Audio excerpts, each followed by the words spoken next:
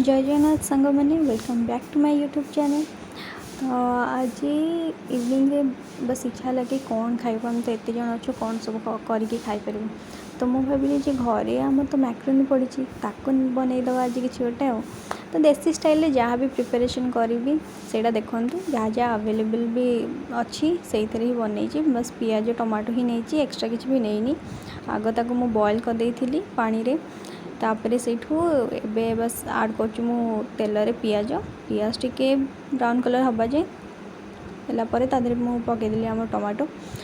तापर सीटे भलसे है जहाँ भी घरे आमर थिला अवेलेबल जहाँ जहाँ मसला सब से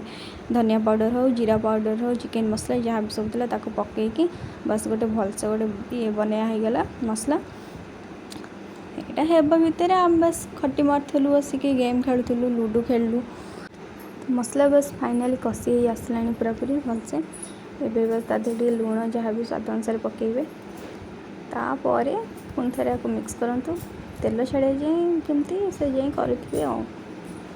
तापर मुझे आड करदेली जहाँ भी मैक्रोनी थिला आमर छाणिक रखी सेपट साइड रे ताकू आड करदेली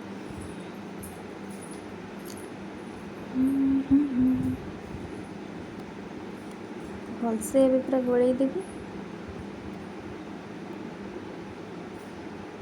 बस बनीगला आपणकर देसी स्टाइल मैक्रोनी आपको बस गरम गरम एवं सर्व करंतु और आराम से एंजॉय करंतु आपणकर मील इवनिंग स्नैक्स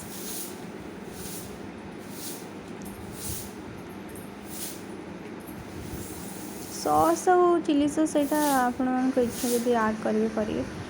आमको पसंद बोली आम करदे आड आम पर भी चाहिए करेंगे बस ए काढ़ी रखीदेली